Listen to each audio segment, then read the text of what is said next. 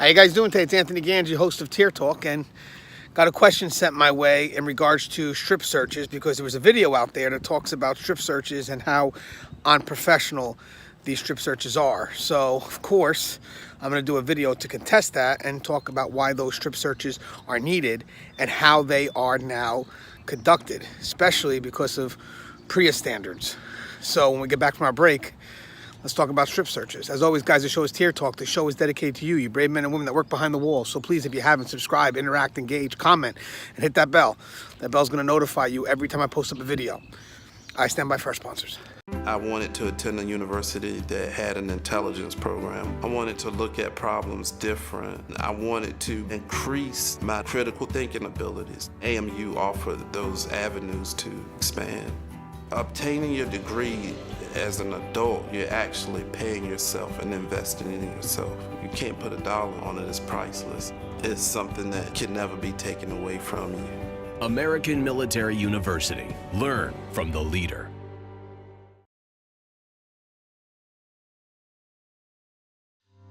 Being a corrections officer takes its toll on even the strongest individuals.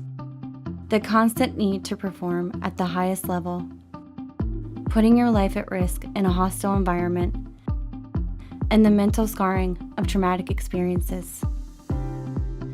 31% of corrections officers show symptoms of PTSD, and 66% of people with PTSD also suffer with a substance abuse problem. The Transformations First Responders program is specially designed to help veterans and officers heal from the grips of addiction and PTSD in a comfortable, supportive, and serene setting. You are not alone. If you have questions about the services we offer, give us a call at 866-762-8454 to get more information on this affordable and life-changing program. Thank you guys for listening to my sponsors. So I was watching a video, it's on YouTube, and of course is an inmate that's got a channel, it's got over 45,000 followers, and he's talking about how strip searching is dehumanizing. You know, and of course people are going to listen to that, suck that in, and start to question why we do strip searches. Well, obviously, we do them for safety and security reasons. Inmates can hide things. They can hide things from drugs, weapons, anything that causes a threat to our correctional facility, to our jails, to our prisons. So we have to make an effort to make sure we do what we can to try to eliminate any chance for that threat to make it inside our facilities. This inmate goes ahead and also talks about how the strips are being done unprofessional, no sense of respect, and just kind of having inmates all bulked together where they can see each other being stripped. And I'm going to contest that. First off, our strips are done professionally and respectful. Inmates are aware that these strips are happening, so they've gotten conditioned to it. They know it's coming. They know it's part of the system. Plus, the strips are also helping them because any weapon that we could get could be used on them. Also, PREA guidelines say that we have to have strips done in a manner that's respectful and professional, but also where other inmates can't see the naked body of the inmate being stripped. So even if we have inmates being stripped in bulk, they're separated by partitions. And the only person that can see that naked inmate is the officer that's conducting that strip search, and that is in accordance to PREA compliance. So the practice, which is a Neanderthal practice that has been in use for many years, even before the PREA compliance, was we're not stripping inmates in front of other inmates. The other thing I'd like to mention is why we do strips. Now, obviously, we talked about safety and security, but I want to talk about the kind of why mixed in with the when. So basically, strips are conducted for multiple reasons. One, let's go with some routine strips. So inmates that work in areas that they have access to tools, chemicals. So inmates that work in kitchen, inmates that work in areas that train for sewing. You know, we have a lot of inmates that are learning how to make clothes and stuff like that. That's a trade. Inmates that work in maintenance. Inmates that work in the infirmary where they have access to needles and drugs. Those inmates are going to get stripped. Especially, some facilities strip the inmate to and from, but the common practice is just stripping the inmate from the work area back to the unit. So they don't bring anything from the work area into the unit, and hopefully if they get stopped there, then it doesn't make it throughout the compound. So let's just talk about the infirmary.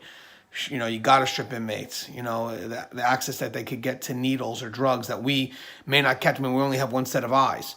So the way to kind of neutralize that is if there's a chance that inmate could have been out of my view for a second. Because don't forget, the inmates that work in these areas should be lower level custody, and they should have been filtered already through the classification process. So we're not just putting any inmate in these areas. There's inmates that fit to work in these areas. But again, they may escape our eyes momentarily. It happens. It is. But again, these may be lower level inmates that require minimal supervision. But to neutralize it, they get stripped. They get stripped. So therefore, whatever you're trying to do or whatever you're trying to take outside of this work area, we're going to catch it, or we're going to try to catch it when we do the strip.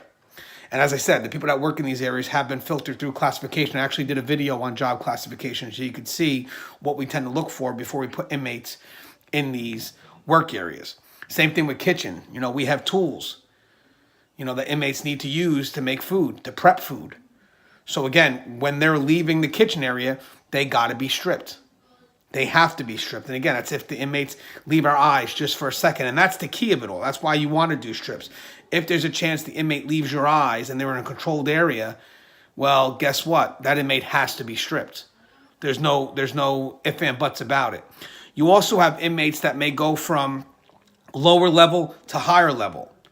Those inmates have to get stripped because they're going from areas of least restriction to higher restriction. So before we let those inmates go into those higher restricted areas, we have to make sure that they're not bringing anything that's not supposed to be in those higher restricted areas, especially if you get an inmate that gets a charge in a lower level area of the facility, or maybe a charge in community release programs. When we bring them in, they're going to get stripped because now they're coming back into the facility where it's more controlled. So the higher the area that the inmate's going into, they're going to be getting stripped. And again, that's because they're coming from an area with least restrictions and now going into an area with greater restrictions. So again, we could break it up all day on the specific times where inmates would be going from a lower level to a higher level, but generalizing it, it's when an inmate goes from a lower level to a higher level. Also, when inmates go out into the community, let's say a work release program, they're also going to be stripped before they go to the community, just in case we don't want anybody present any dangers to the community. So we're going to jump on them immediately. Make sure that when we send those inmates out, that they have no weapon or nothing that can be used against the work detail itself, whether it's the officers or the inmates, or a threat to the community. And then because they're out in the community, they're out in the public, those inmates, before they come back, they will be stripped before they enter our facility. They will be stripped just to make sure that they're not bringing anything back into the facility from the community. Common sense. Also between agencies. So if there's an inmate that, let's say, is coming from the county, whether it is a fresh drop-off into our reception area or if it's a court remand, most likely, most places would have their own unit, pick and drop those inmates off. But either way, when the inmate comes from one agency or one department and gets brought into another department, because there's an exchange, and now there's a fresh set of eyes on that individual, but also a new onus of responsibility for that individual, that inmate gets stripped. So it's the pass off, if you will. So if a county decides to, or they have to pass off a state inmate from a county to a state facility, that inmate's going to get stripped, and vice versa. When that inmate from the state, let's say, has to go to county and let's say has to stay there for a court remand or whatnot, the inmate is going to get stripped on our end first to make sure that we're handing you, to the best of our knowledge, a contraband-free inmate. But again, that's me doing the strip. I still expect you to check my work when I hand you the inmate over. So now you're going to check to make sure before the inmate goes into the facility that it's a contraband-free inmate, hopefully. And this is kind of the fail-safe and how we help each other. We kind of balance it out. And also another would be visits, because now the inmate has direct contact with the public. So that inmate, as soon as visits is done, that inmate is also going to get stripped and checked for contraband. So I kind of generalized it just to name a few. I'm sure there are other times that you guys are in need of stripping an inmate, especially during searches. Routine searches can have us strip an inmate. Probable cause, target-specific searches. There's many reasons why an inmate needs to be stripped.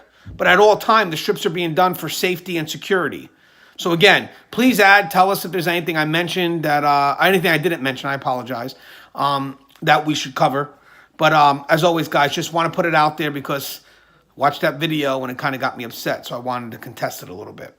As always, guys, the show is Tear Talk. Love you guys. Please, guys, the show is for you guys. You brave men and women that work behind the wall, that dedicate yourself to this system and that go unrecognized. So if you haven't, subscribe, interact, engage, comment, hit that bell. That bell's going to notify you every time I post a video. All right, guys, stay safe.